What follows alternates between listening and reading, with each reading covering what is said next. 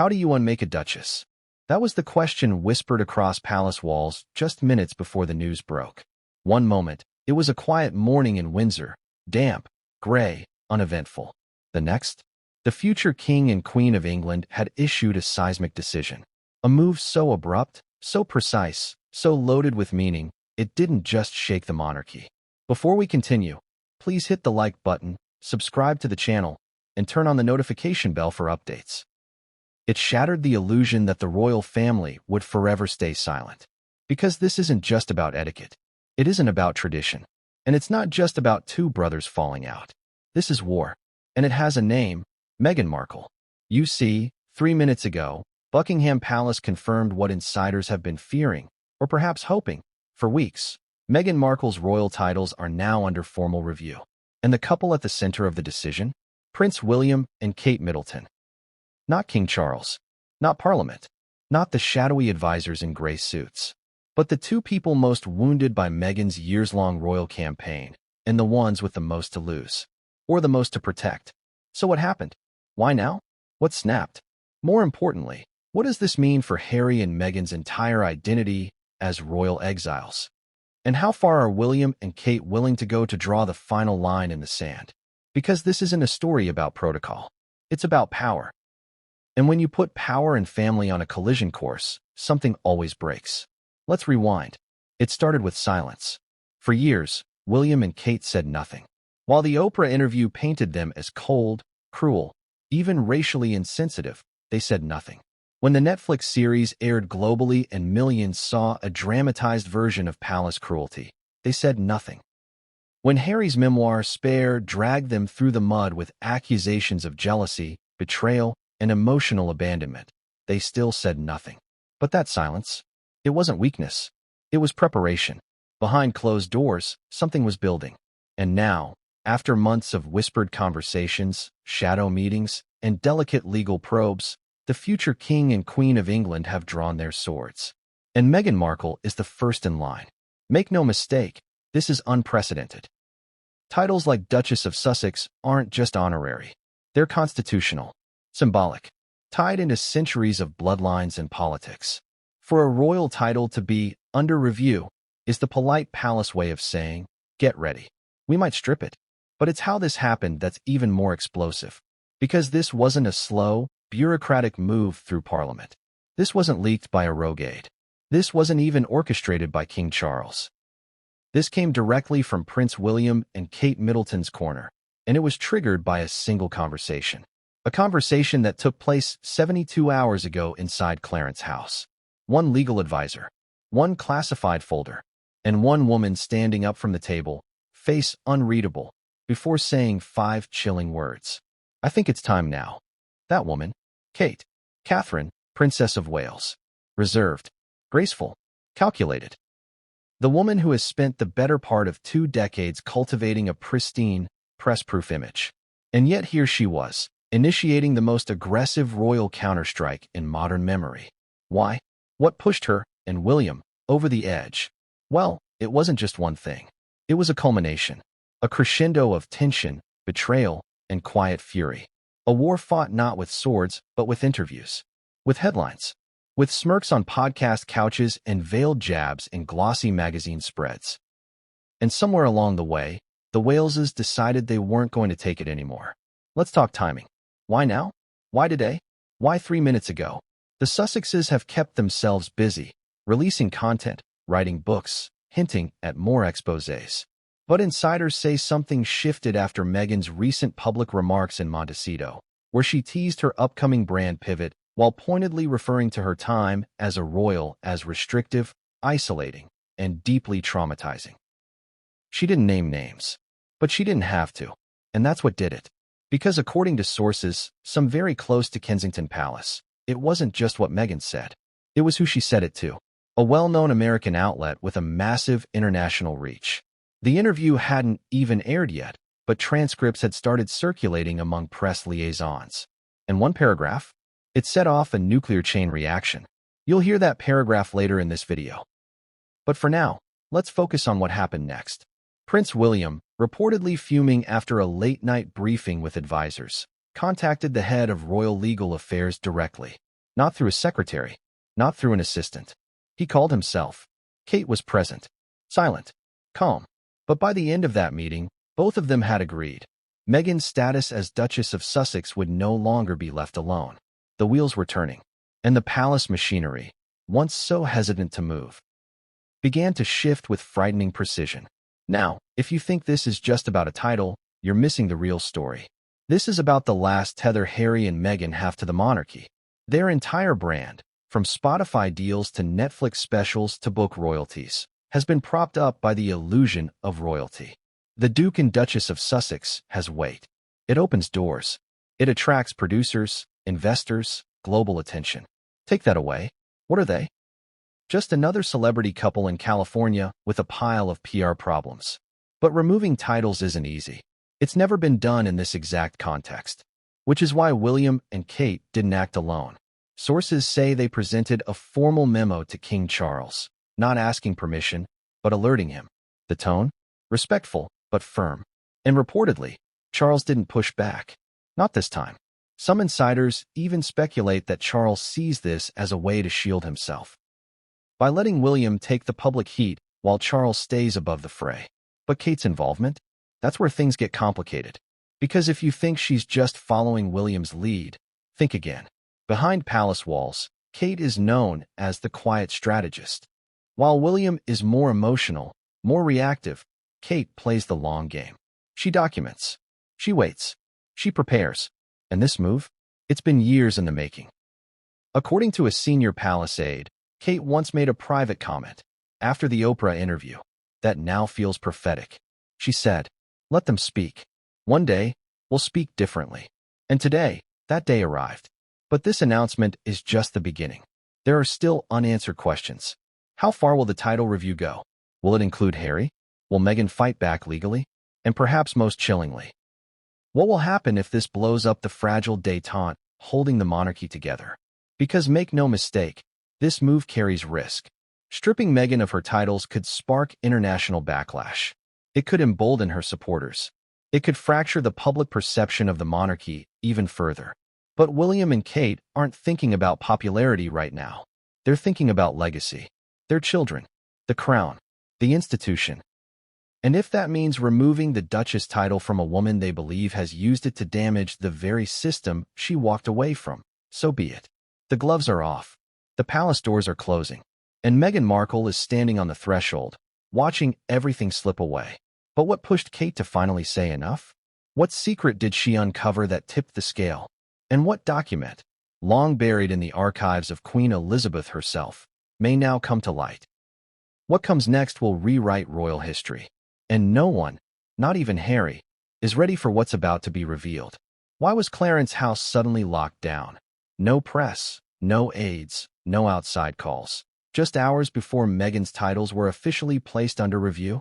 Because behind those historic walls, a royal showdown was unfolding. And at the center of it, Prince William, Kate Middleton, and a single brown leather folder that changed everything. Let's paint the scene. It was early afternoon, damp skies hanging low over London, the kind of quiet drizzle that seemed to hush the city. Inside Clarence's house, the atmosphere was unusually tense. Staff were told to remain off the main floor. Phones were diverted.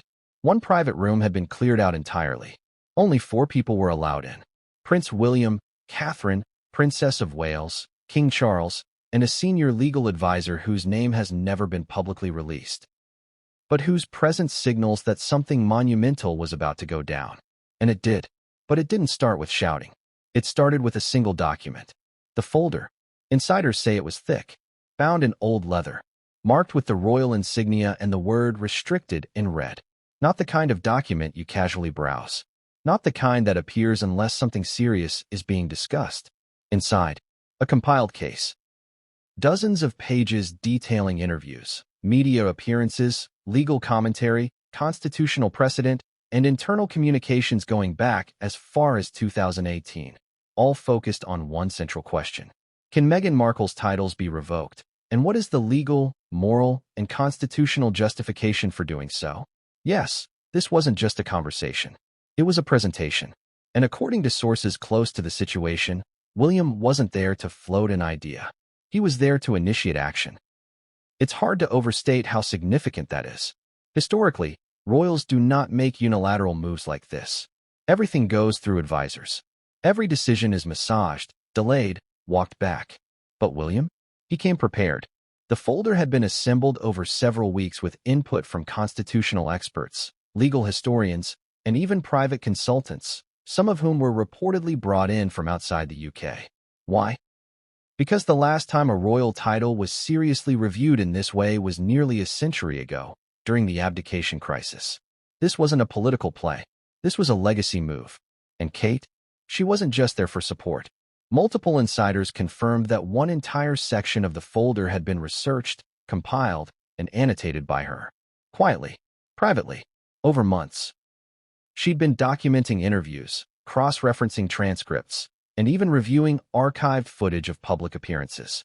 Meghan's own words, her phrasing, her tone, the implications, had been categorized and compared against constitutional responsibilities of duchesses representing the crown.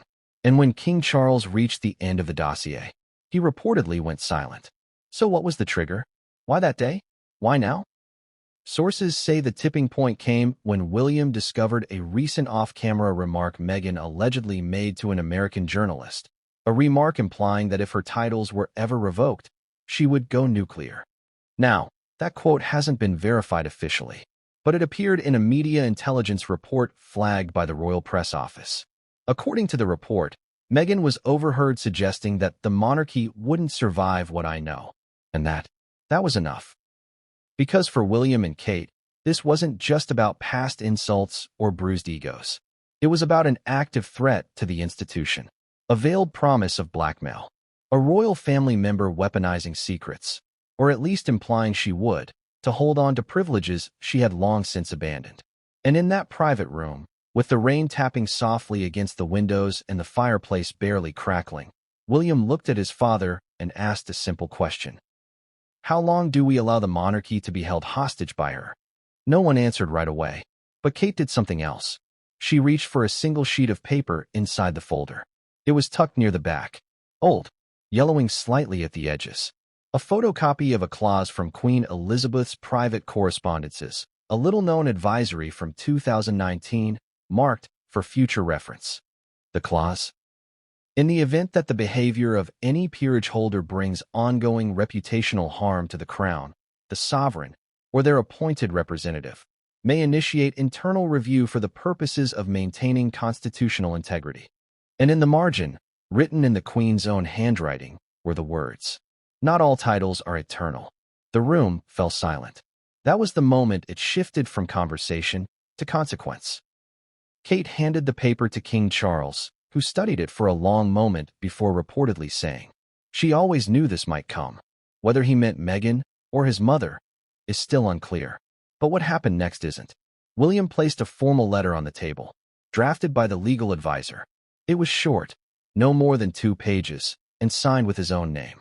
Not as Prince of Wales, not as the heir, but as William Arthur Philip Lewis, private citizen, father, brother. The letter requested that Meghan's titles, particularly Duchess of Sussex, be placed under immediate review for possible revocation based on breach of royal duties, sustained reputational damage, and continued commercial exploitation of peerage associations. It was polite, but it was lethal, and Charles knew it, because once that letter was logged, the machine would begin to move. But there was one final moment, one that insiders say may go down in royal history. After placing the letter, William looked to his father and said, "I won't be silent anymore." Then he turned to Kate, who had been quiet through most of the exchange, and it was she who ended it. In a low, calm voice, she simply said, "We've waited long enough." Those words may not sound dramatic in isolation, but in royal terms, they're thunder. Because for years, William and Kate had been the picture of restraint. No rebuttals, no clapbacks, no tell-all interviews, no press leaks. At least, not overt ones. But now, the dam had cracked, and Meghan's title was the first wave. Outside the walls of Clarence House, the news hadn't broken yet. Reporters were still sipping lattes. Royal watchers were still focused on the latest charity gala. Meghan was reportedly preparing to launch her lifestyle brand's second phase, one filled with curated aesthetics, motivational speeches, and not-so-subtle digs at her former life. But inside the palace, the clock had started. Because the letter was more than symbolic. It would be forwarded to the Royal Household Office, reviewed by the Privy Council, and, if not legally blocked, would proceed to Parliament for final advisory. And guess what? There's precedent for Parliament acting swiftly under institutional urgency, especially when the monarch's approval has already been indicated. And Charles? He didn't object. He didn't even hesitate. In fact, sources say he placed a call immediately after the meeting. Not to Meghan, not to Harry, but to his press secretary, instructing that an announcement of procedural review should be drafted, effective immediately. That call went out 3 minutes later, and the world would never see the royal family the same way again. But this is just the beginning. Because while Clarence House locked down in private resolution across the Atlantic, in sunny California, Meghan Markle's team was already hearing whispers. And what happened in the next 12 hours would send Montecito into a spiral. Because when Meghan heard about the review, she didn't react with fear. She reacted with fury. And her first call wasn't to Harry. It was to her lawyers. What if the title Meghan Markle treasures most was never truly hers to keep? Because that's the question legal scholars are whispering now. One that could redefine how peerage works in the modern monarchy. One that may strip the Duchess of Sussex of the very thing that turned her from Hollywood actress to global brand. And the irony? The loophole was there all along. It just took the right storm and the right people to exploit it. Let's rewind to the beginning. The wedding that crowned a brand. May 19th, 2018. The world watched in awe as Meghan Markle walked down the aisle of St. George's Chapel in Windsor Castle. A Hollywood actress marrying into centuries of royal tradition. It felt like a fairy tale. The American divorcee welcomed into the British monarchy, hailed as a symbol of progress, inclusion, and hope. And in that moment, with the ring on her finger and the Archbishop's blessing, Meghan became more than just Harry's wife. She became Her Royal Highness the Duchess of Sussex. The title was gifted by Queen Elizabeth II herself, as is tradition for royal grooms on their wedding day. Prince William received the Dukedom of Cambridge. Prince Andrew was given York. And Harry? Sussex. It was a title with rich history, dating back to the 1800s, one that had been dormant for generations. Until Meghan. It sounded majestic, regal, like something out of a Jane Austen novel. And it elevated her overnight. No longer just a former actress or a lifestyle blogger. She was a duchess. But here's the twist most people miss. Titles like Duchess aren't permanent, and Meghan's was always conditional. Let's break it down. What exactly is a Duchess of Sussex? The title itself is a peerage, a rank within the British nobility. When the Queen granted Harry the dukedom, he became a hereditary peer, and by extension, his wife assumed the feminine version of the title. But here's the catch. Unlike inherited dukedoms, which pass from father to son, royal dukedoms given by the sovereign can be reviewed, restricted, and even revoked. They come with expectations. And according to a lesser-known clause in the Royal Marriages Act and later expanded by the Regency Acts and letters patent from the late Queen, titles conferred by honor of the crown are meant to reflect service, dignity, and good standing with the royal household. In short, if you tarnish the crown has the right to reconsider your privileges. And that's where Meghan's troubles begin. Because her departure from royal duties and the PR firestorm that followed wasn't just controversial.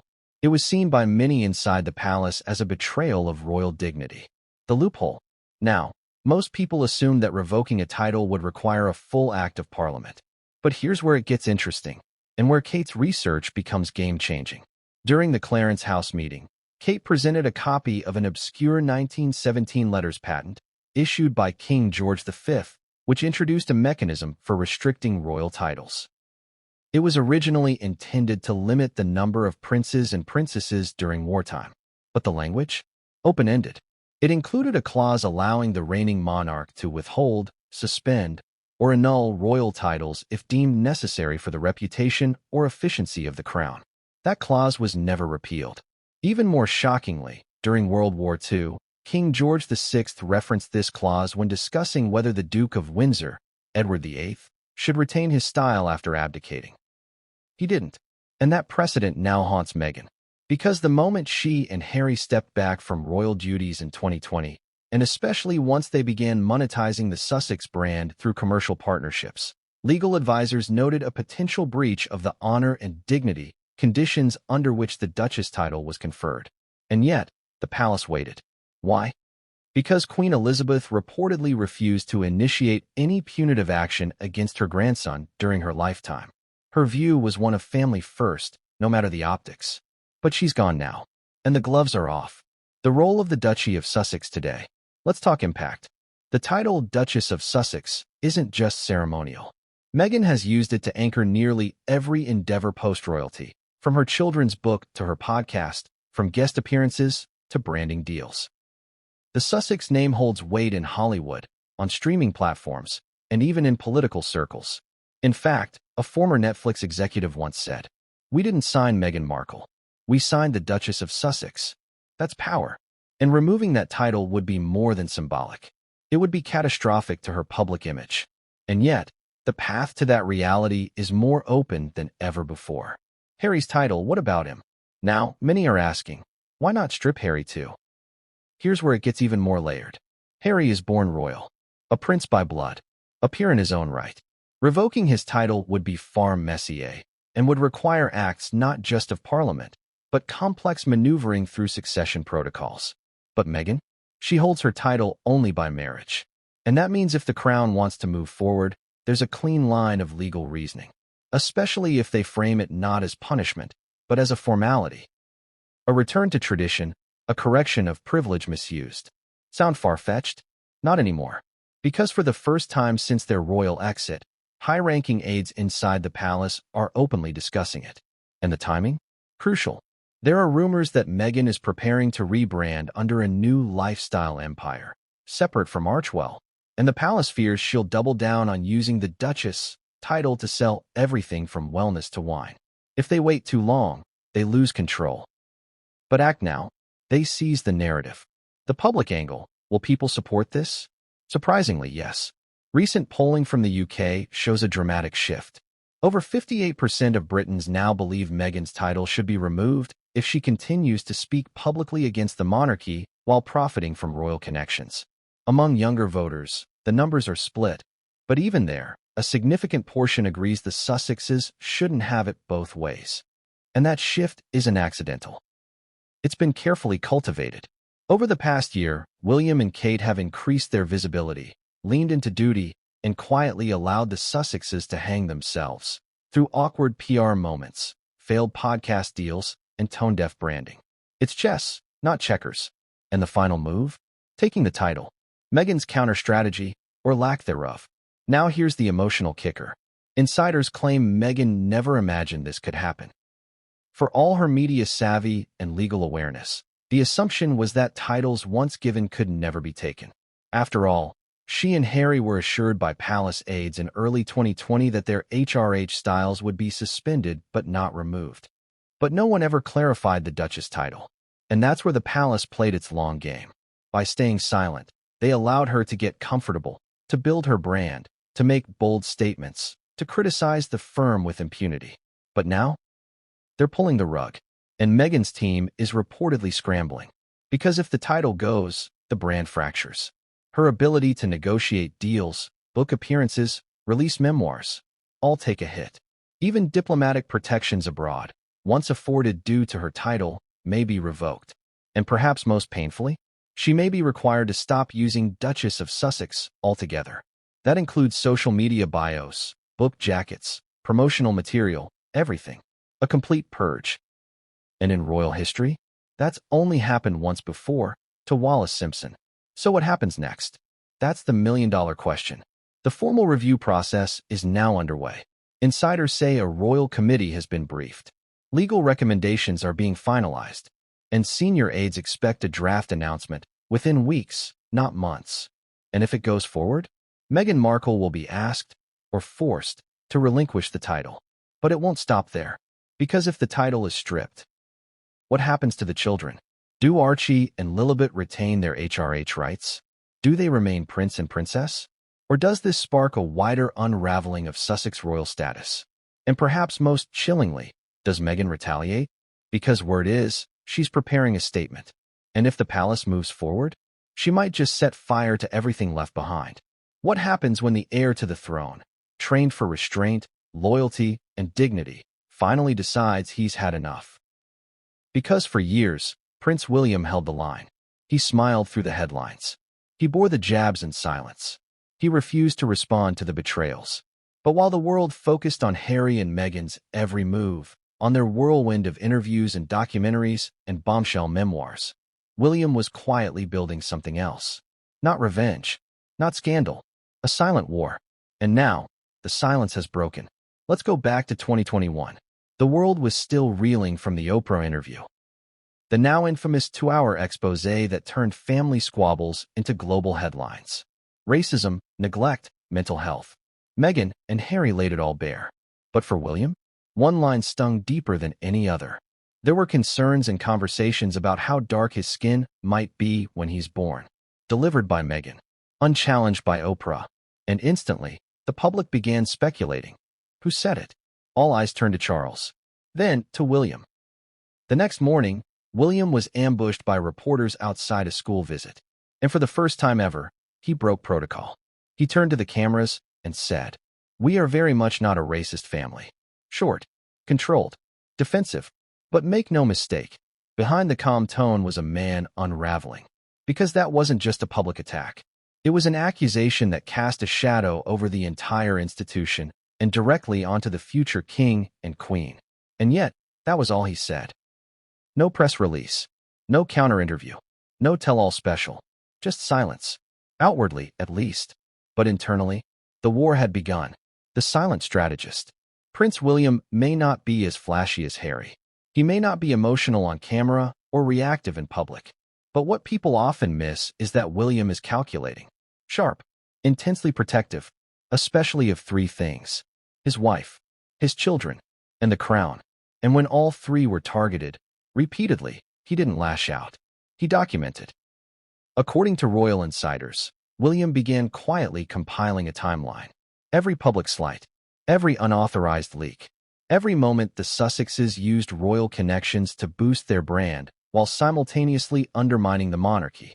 He worked with palace staff behind the scenes, developed a PR firewall, coordinated with Queen Elizabeth's advisors, and kept detailed memos about reputational risk assessments tied to Harry and Meghan's activities.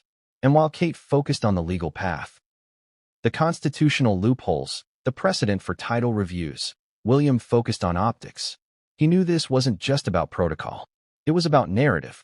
And so he let Meghan and Harry dominate the headlines. He let them overplay their hand. He let the public grow weary of their constant grievances. Because every story, every leak, every book chapter made his case for him. The turning point, Spare. Let's not underestimate this. When Harry's memoir Spare hit shelves in January 2023, it wasn't just messy. It was vicious. Harry accused William of physically assaulting him, pushing him into a dog bowl during an argument over Meghan. He described William as hot-tempered, jealous, even cruel. And for the first time, private family moments became international gossip fodder. The Prince of Wales, heir to the throne, portrayed as a bully, a brute, a man unraveling under the pressure of royal life. William's reaction? He didn't say a word, but he did something far more powerful. He pulled back access. Suddenly, previously scheduled royal family events were changed. Invitations shifted. Communication with Harry was funneled through official channels only. And William reportedly made it clear he would never speak to his brother again without legal mediation. Cold? Yes. But strategic? Absolutely. Because William wasn't going to punch back with interviews.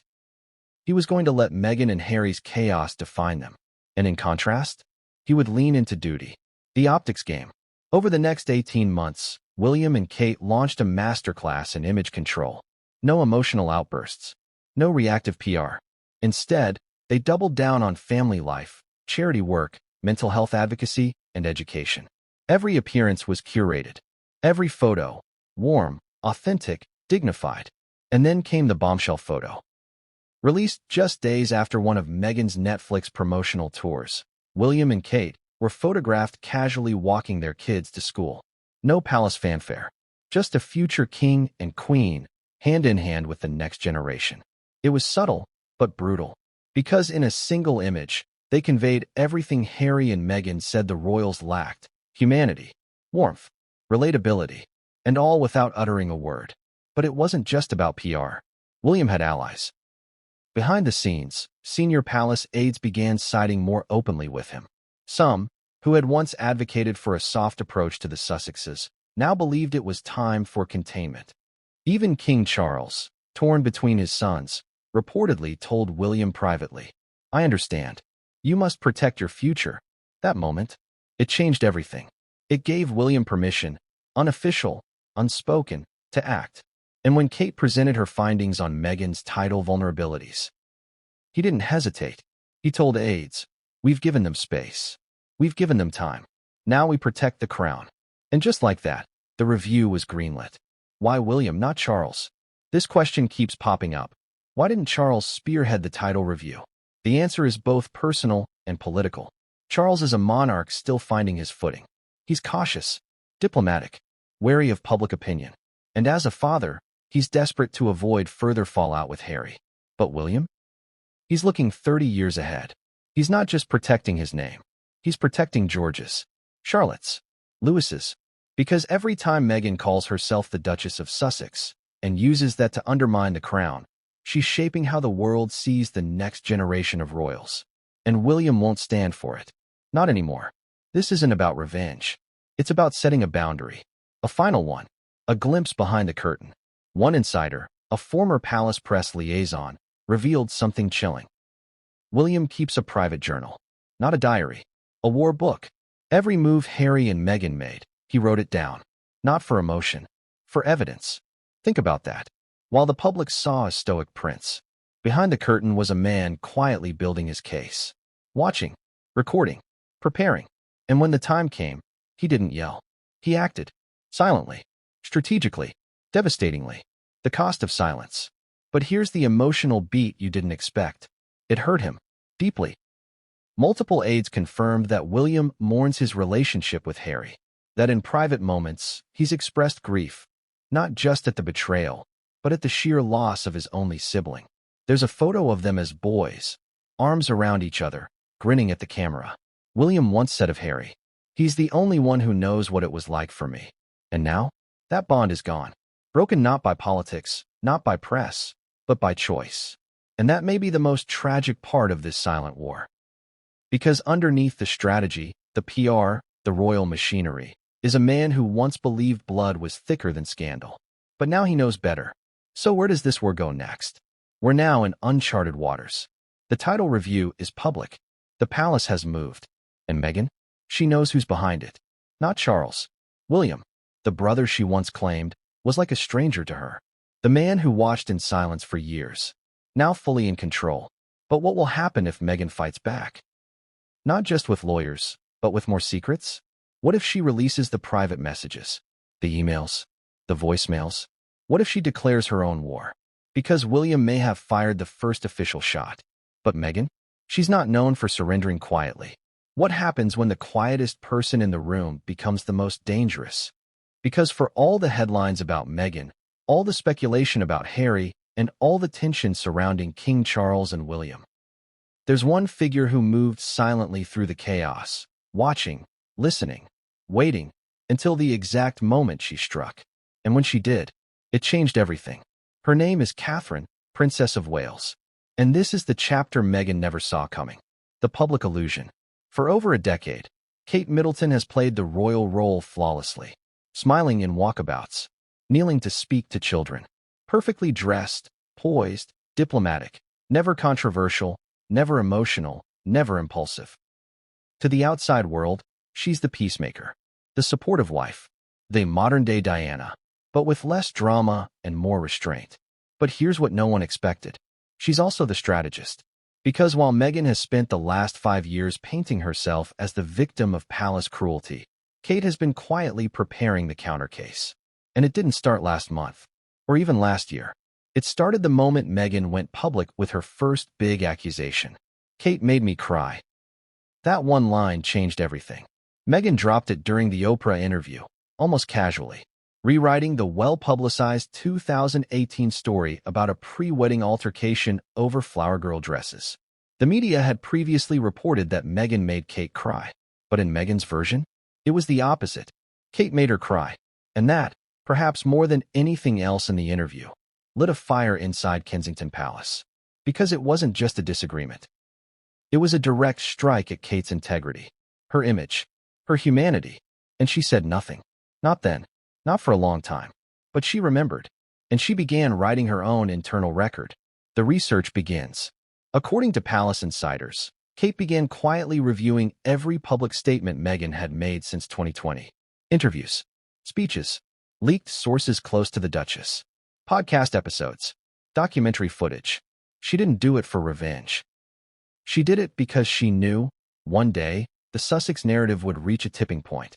And when it did, the royal family would need facts. And Catherine, dutiful, methodical, unflinching Catherine, would be ready. Over time, she compiled a private dossier. Notes, quotes, timeline references, even pulled statements from Meghan's old blog, The Tig, and cross-referenced them with recent interviews for contradictions. She wasn't looking for drama. She was building a case. And when the opportunity came to trigger a title review, she brought receipts, the Queen's archives. But there's one detail that hasn't hit the headlines yet. Kate didn't just research public information.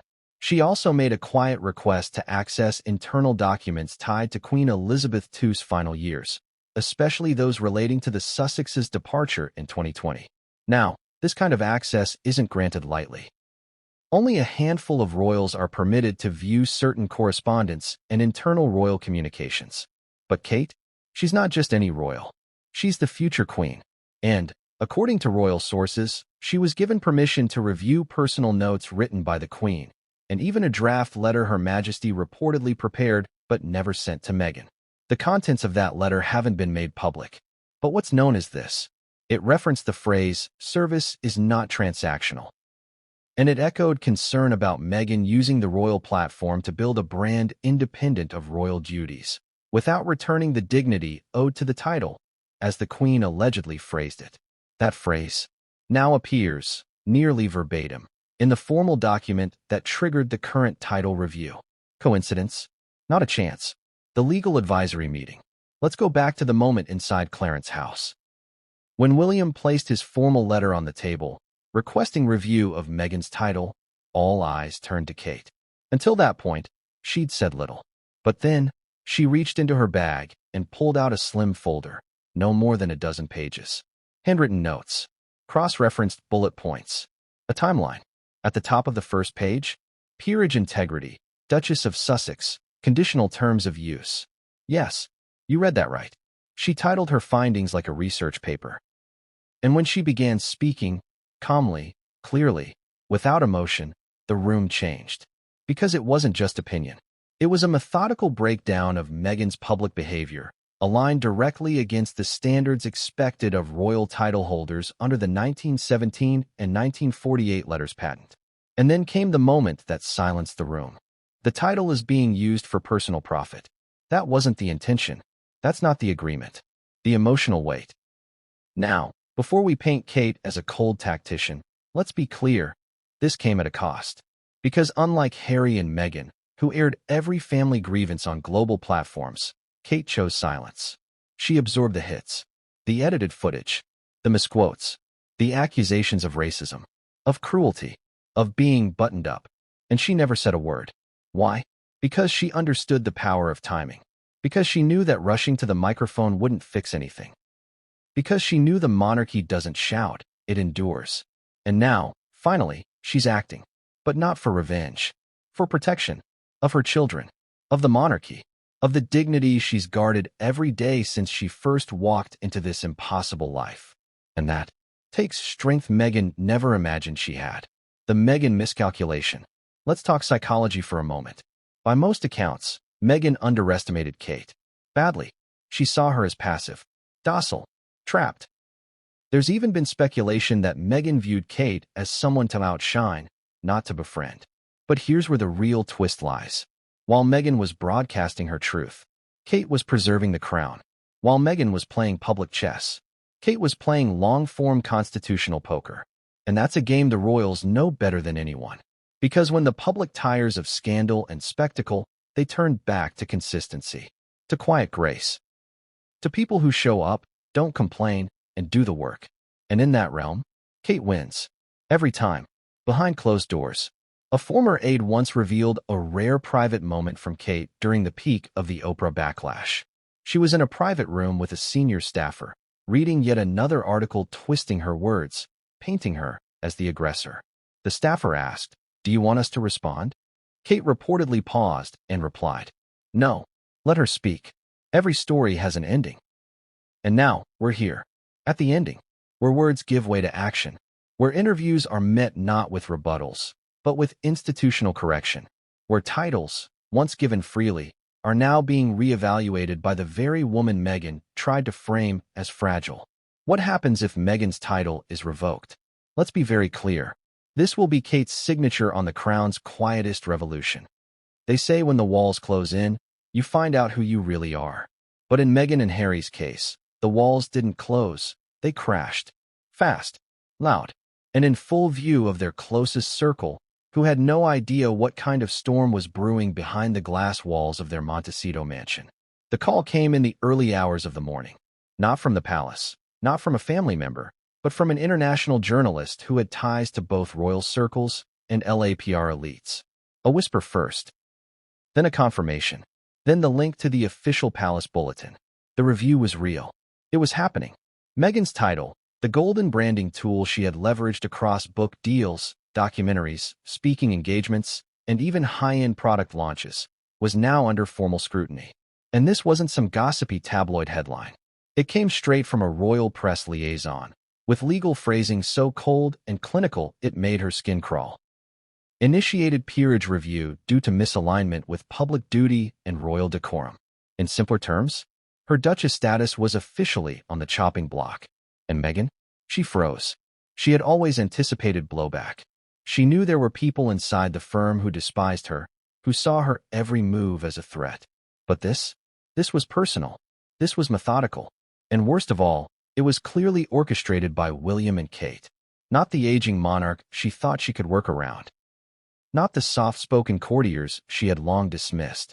But the two people who had remained largely silent throughout the chaos, until now. And what chilled her wasn't just the content of the announcement. It was the timing.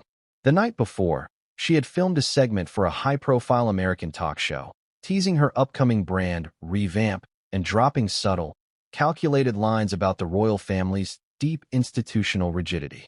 She hadn't named names. She knew better than to do that on camera. But now, with the palace announcement following within 24 hours, the message was clear: they were watching. And they had waited until she pushed just far enough before snapping back like a trap.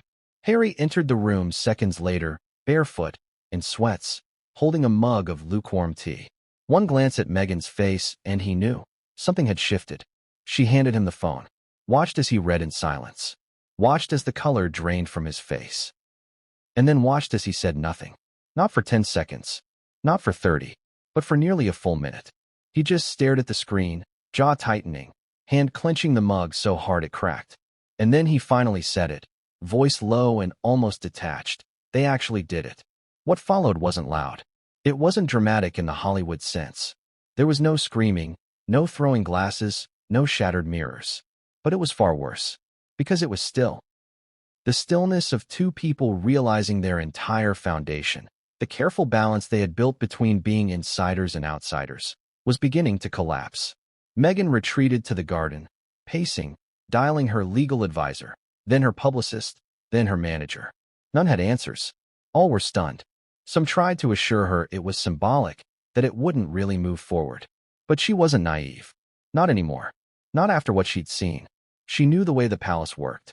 Slowly, yes. But deliberately. And when they moved, it meant the outcome had already been decided.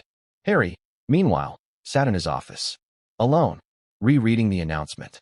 Not because he didn't understand it, but because he couldn't believe how cold it was. No warning. No call. Not even a text from his father. Just the press release. Just the digital bulletin shared with the world. To Harry, that was the real betrayal. Not the title review, but the silence. The fact that even now, his own family wouldn't look him in the eye as they dismantled the last royal connection he had left. And as he scrolled, he saw something even worse. A quote attributed to a senior royal source, which read, "This is not a vendetta. It is an institutional reset." Institutional reset. That was the phrase that echoed in his head like a drumbeat. Because that meant this wasn't a one-off decision. This was the beginning of something broader, something systemic. A total reevaluation of how the crown dealt with rogue royals. And that meant he wasn't just losing Meghan's title. He was likely losing everything.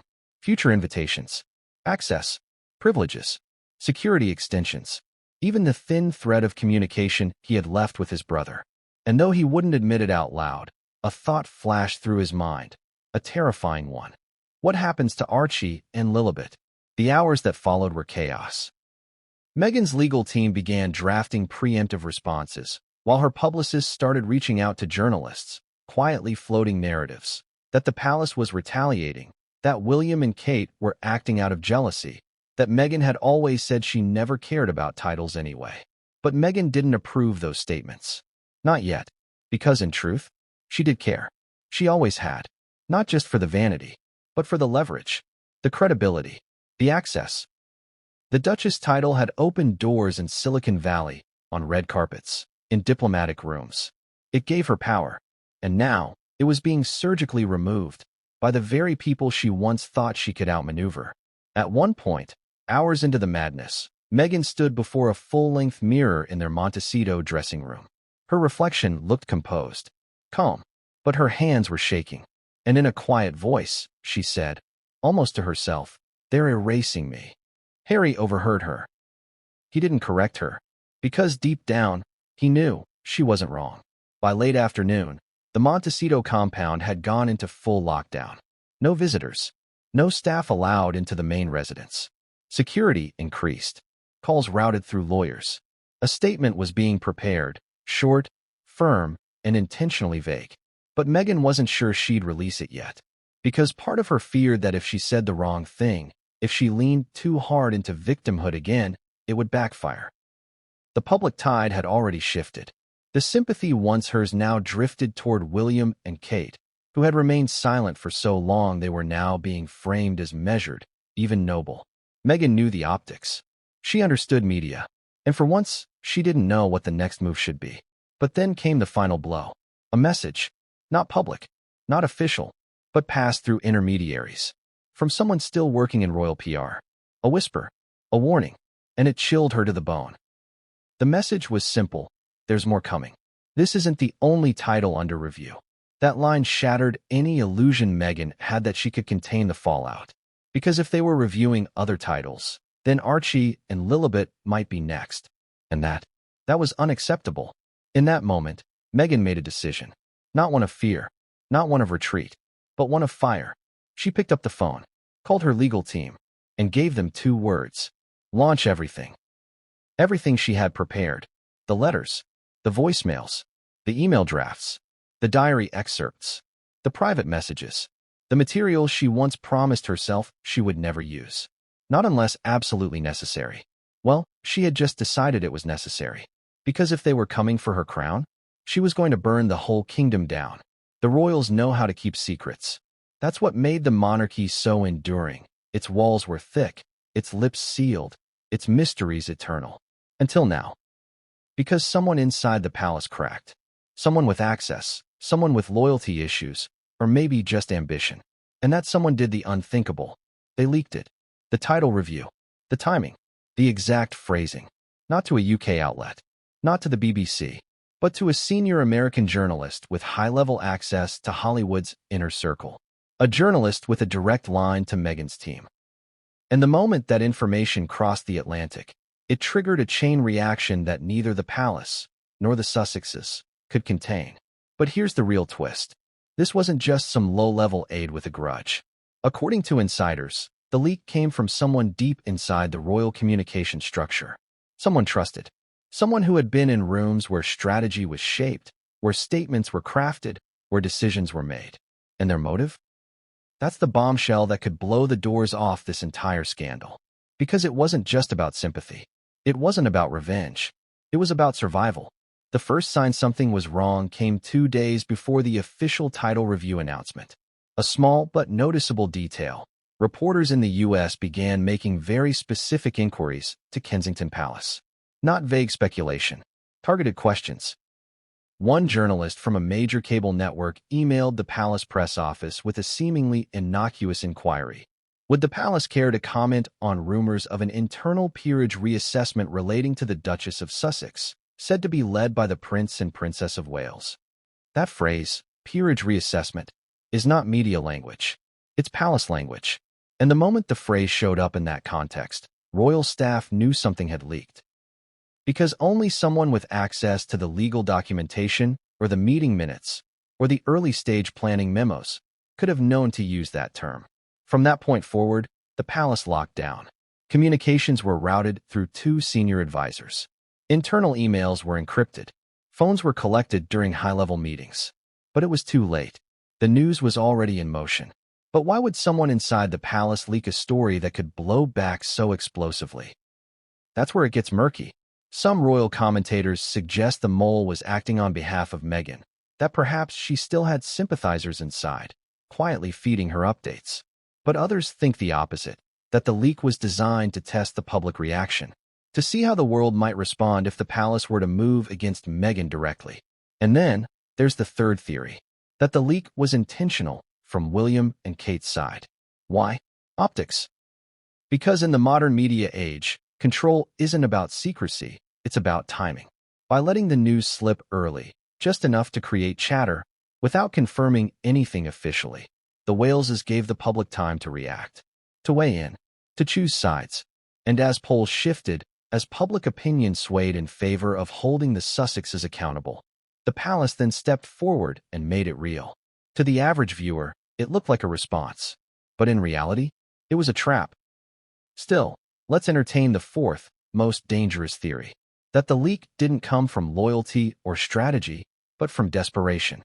A royal insider, drowning in the middle of 2 camps, the Sussex narrative and the traditionalist pushback, decided to play kingmaker. Someone who believed that no matter who wins, they would be protected as long as they stayed useful. This is the theory the palace is most afraid of. Because if true, it means someone very high up in the system. Someone with direct access to royal legal affairs is no longer playing by the rules. And if they're willing to leak this, what else might they leak next? Private emails? Text messages? The full review letter drafted by William? Or worse, correspondence between the late Queen and Meghan herself? Because let's not forget, Queen Elizabeth's private communications with Meghan were never made public. But they exist, somewhere in the archives. Handwritten notes, letters, briefings. And if those ever get out, they could shift the narrative permanently. For now, the palace is doing damage control. A full internal investigation has begun. Staff phones are being reviewed. Travel records cross-checked. NDAs reinforced. A special contingency communications team has been deployed, a group normally reserved for royal death announcements or foreign policy crises. And yet, even with all that, there's been no statement about the leak. No denial. No condemnation. Why? Because acknowledging the leak would confirm that something sensitive had been leaked. And the palace, as always, refuses to blink. But here's where it gets even more chilling. A journalist closely connected to the story recently revealed that the leak wasn't just about timing. It was about phrasing. Apparently, the palace's original draft used the word suspend, as in, suspension of Duchess title pending further review. But the version that made it to press used the word remove. That single change sent Meghan's legal team into a panic. Because suspension implies a process, a pause, a possibility of return. But removal? That's final. And if the person who leaked it was the one who made that change, who intentionally leaked a version with stronger language, then we're looking at a mole who wasn't just leaking. They were sabotaging, escalating, intentionally provoking a reaction. So who is it? Who leaked the most volatile royal secret in years? There are 3 prime suspects inside the palace communications team, all senior, all with long tenures. One is known to have previously worked on Sussex-related press briefings. Another reportedly had private meetings with Harry before the Sandringham summit in 2020. The third has ties to a major London PR firm that now represents celebrity clients, including friends of Meghan's. But none of them have been removed, which means one of two things. Either the palace knows who it is and is covering it up, or they don't know, and that might be even worse. Because in the world of the monarchy, knowledge is power. And right now, someone inside the palace has proven they can control the narrative without ever stepping in front of a camera. Someone with the ability to leak, to twist, to trigger headlines across 2 continents, all with one email. And if they're still in place, still listening, still waiting for their next opportunity, then the battle over Meghan's title is just the first skirmish. The real war, the one over secrets, loyalty, and internal collapse, is only beginning. And the question is no longer who leaked it. It's, what are they planning to leak next?